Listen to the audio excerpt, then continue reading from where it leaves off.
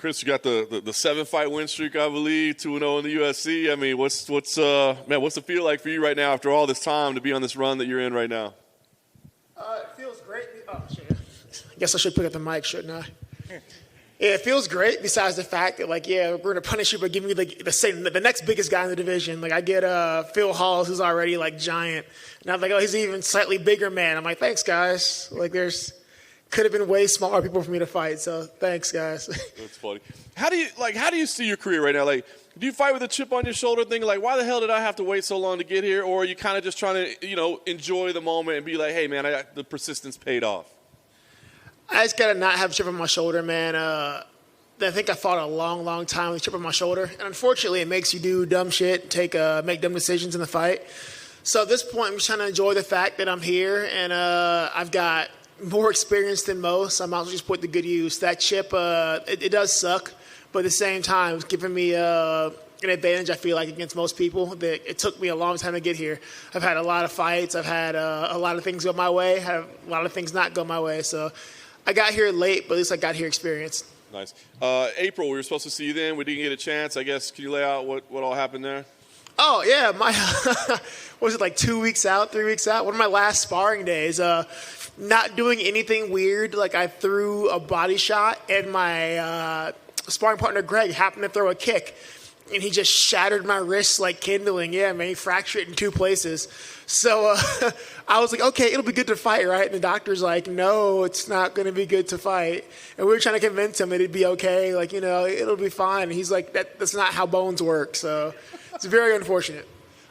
So a pretty quick turnaround then. So, I mean, are there any lasting, what did you have to put it in a cast, or I mean, how did it go? There were two 4mm fractures, but they weren't really that bad. Like, they didn't break. It didn't need a surgery or anything. So just like, stay off of it. Which don't train for a few weeks, it'll be fine. So naturally, I trained the next day, and I never stopped training. So it's been a little achy, but it's finally to a point now where it's good. Like, I can throw punches. I had a few weeks to where it was just kind of useless. I'm boxing one-handed, I'm wrestling one-handed, doing jiu-jitsu one-handed, but it's finally to the point now where it's good and it feels good enough to hit people with, so let's go. Nice. Talk about prepping for a specialist like Adolfo, right? I mean, no, it's not like there's any secret what his game plan is or what his skill set is. So what's it like preparing for a guy like that? I've reached a point in my career now where I fought a lot of different people, a lot of different things, and I kind of realized that whenever I prepare for somebody specifically, I tend to fail miserably.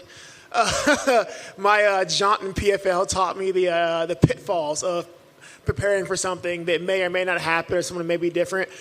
So really, instead of worrying about how great he is on the ground, I accept right away. I'm never going to beat Rodolfo Vieira on the ground. I get a Rodolfo Vieira. Maybe I can get a weird fluffy submission, but I'm not going to bank on that. Like, I'm not going to out-grapple him. So my camp has been really close to being the same thing, man.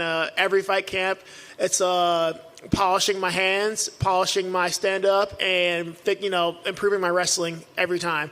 I've got, one submission loss in 30-something fights. I'm not known as a grappler, but I'm not really a grappler, but I'm a damn good counter grappler. I can protect myself and not many people being able to choke me. So, we bank on that. We tune that up a little bit. But it's the same camp as everything. Work on your punching, work on your wrestling. I think, like I said, I'm never going to just be a better grappler than the guy whose nickname is the Black Belt Hunter. So it comes down to who's the better wrestler. Do you think that comes from your fighting experience or just your humbleness as a guy? Because here's what. A lot of guys in your position, they'll be like, hey, man, my jiu-jitsu's pretty good, too. Fuck no. There's no way. They're going to be like, people are like, oh, you think you can grapple him? I'm like, no. His nickname is the Black Belt. Like, why would I even, why would that ever be part of the game plan? I love the internet thinks I'm stupid, too. They're like, I always get, messages on Twitter, like, hey, man, just don't go to the ground with him. And I'm like, I never would have considered this to be, my path to victory. Thank you, wise sir. No, come on. I got 36 fights, 34 fights, something like that. I've been doing this a long time. I'm very self-aware of where I am good at, where I'm bad at, and where I can hold my own. At no point in time is prolonged grappling exchange is going to be part of my plan here. It's just not a thing. No. So when people hit you up with advice like that, do you hit them back have you thought about coaching full time? I'm always that's fucking sage advice, bro. I went into this okay, I'm over here doing like guard passing stuff, and I'm working on my X guard. You're like, you know what? Maybe I shouldn't grapple. Like, yeah, like, the fuck am I doing? All right, win here, man. You keep the streak going. Do you have goals in terms of like names or what you expect or what you want, or is it still just kind of that settling in time in your UFC career? Assuming all goes well and I don't get strangled in this fight, there's like names I do want, but everybody's like, oh, who are you calling out, blah, blah, blah. I'm like, no, man, I'm 34. It took me a long time to get here. I'll be 35 next month, actually. Like, I'm getting old. So I can either try to go up the ladder and whatever. If they offer me new contracts, I'll fight anybody. I don't care. Like, there's very few people I won't fight. And those are more so people I train with every day. But they offer me a new contract, I'll fight anyone, anywhere, if their money's right. If the money's not great or a new contract, I'm trying to go backwards. Like, I want to go beat up Joseph Holmes still. Like, nothing, he didn't do anything wrong to me, but he beat my teammate. So, like, I'm on my revengeance tour. I want to fight Joseph Holmes. I want to fight Dusko because he beat my teammate. I want to beat up Brian Battle. Nothing personal to Brian Battle. Everybody says he's a really nice guy, and I can respect that. But I feel like I got snubbed for Ultimate Fighter for like the third time in a row. So I just want to prove that I should have been the Ultimate Fighter. And like, so he's going to see this and be like, what the hell did I do to you? It's nothing at all, man. It's not you. I have a weird chip on my other shoulder about being snubbed for shit. So I want to fight contender winners. I just want to go ace like a big list of contender guys to show that I should have been signed. Like, I am petty as hell. Like, my other nickname is King Petty, and like, this is the shit I think about at night. Love it. Last thing for me, as you said, it's no surprise. It's going to be your striking against his jiu-jitsu, right? So knowing that, what type of fight do you think we see? Like, is this a little bit more, maybe a little bit more tactical, a little bit more moderately paced because you have to be careful of the grappling exchanges, or do you still go out there and be the guy that you are, the exciting fighter that you are? I have to go out there and be me, man. Like, once again, PFL taught me a valuable lesson in trying to fight a way that's not conducive to the way I think and the way I feel and react. And you can have a smart fight, which is fine, but at the end of the day, if I'm just sitting there waiting, not wanting to engage, he's probably just going to run me over anyway. So I just got to go out there, trust my wrestling, trust the work we put in, and just take it to him. Like, that's the way I win this fight. Is I can't hang back and just let him, rest. I got to go out there, put it on him, take it to him. So, I'm either going to win spectacularly or I'm going to fail spectacularly. But either way, I'm going to go out there doing it as me. Hey, Chris. With a new contract, are you going to do Chris King Petty Curtis? I mean, new nickname? No, it's anyone that knows me just knows that I am King Petty, man. It's one of my myriad of nicknames where I spend way too much time thinking about useless petty shit. And they're just like, why do you even think about this? I'm like, I don't know, man. I blame my mom. Like, my mom's a really petty woman as well, so that's where I got it from. Oh, my mom's Queen Petty. Actually, she's Empress Petty, as I call her. Like, yeah, she knows it too. So I inherited it from my mom. I'm just this way. I don't know. What's up with everybody dissing Nickelback? Bro, Nickelback did nothing wrong, and I don't care who you are. Like, oh, they suck. Like, sure, a lot of bands suck, okay? Like, they get far more hate than anyone because it's cool. And I figured it out. You know why everybody hates Nickelback? Because there was a time when people my age, maybe a little bit older, were going through some shit in high school. Your girl dumped you. Your parents didn't understand you. Nickelback was there for you. And you don't want to be reminded of that person you were when you were at your lowest. That's where the hate comes from. It's totally understandable. A couple weeks ago, you said that you told me that you weren't living paycheck to paycheck anymore, man. And I just wanted you kind of to expand on that. Like how does that feel? So I've been a pro for 13 years, somebody told me today, which is weird to think about. So I've been a pro for 13 years, which means I've been living paycheck to paycheck or less than paycheck to paycheck for about 15 years now, before this. And that sucked, man, especially when you have like a kid and everything, you're trying to like start a family, and it's a stressful situation to know that, you can't be the one to be counted on to provide things. You go out there and you bust your ass, you win fights, you make $2,000 and it gets eaten by bills before you even get home. So now I'm the first time in my life, like, I don't have to check my bank account every day. Like, I know that if my son needs anything, it's fine. My son wants anything, it's fine. Like, he abuses this more than I do. Like, I live pretty poor. I don't really want anything. So my son abuses the hell out of it. He's like, so, Dad, I miss you. I'm like, what do you want? He's like, all right, I want, this game came out. Like, I'm like, okay, fine.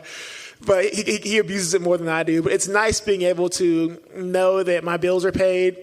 I'm not going to worry about being homeless, and that, my people in my family and my people I love can rely on me finally to put my part in. So it's a long time coming, man.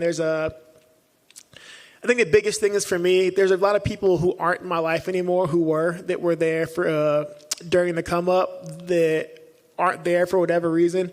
Sometimes it's their fault. A lot of times it's my fault that I don't get to pay back. And there's a lot of people who will never speak to me again for various reasons. It's probably my fault that I'll never get to pay back and show my gratitude. So that sucks, but it's nice to know that in this position, if for whatever reason they ever reached out to me, I'd be able to be there for them. And is that like even more a chip on your shoulder? Like you could have been here during your Contender Series fight, like right? Like so, like you had to spend that much time grinding on the regional scene. So like, is that even more of a chip on your shoulder? You would think yes, but at the same time, like the more I thought about this a lot. Actually, it's something like it's crossed my mind a whole lot. You think about it, and had I been signed after Contenders, I don't know where I'd be right now because from post-Contenders, I went through a lot of stuff. A lot of things happened in my personal life. A lot of things happened in my professional life. Had some really high moments fighting, and then some my only like losing streak to date. And that was a low moment. But I think from all of that, I've grown, I've learned, I've become a better fighter, I've become a better athlete, just a person. And I don't know, man. Maybe I would have got signed and fucking got stomped out immediately. Like, who knows, man? Like, so I tried to think about it. Like, it's one of those things that just keep me up at night. But now I just convinced myself I would have been signed. And then they'll be like, hey, by the way, go fight young up-and-coming Kamaru Usman. And then I got my ass kicked. So maybe it worked out for the best. I have to believe that. And then finally for me, fantastic beard. When are we going to start talking about Chris Curtis having the best beard in the UFC? So I need to actually like comb this out because I just got it trimmed up. But if you guys can see it, it's literally like, another 2 inches of beard length here.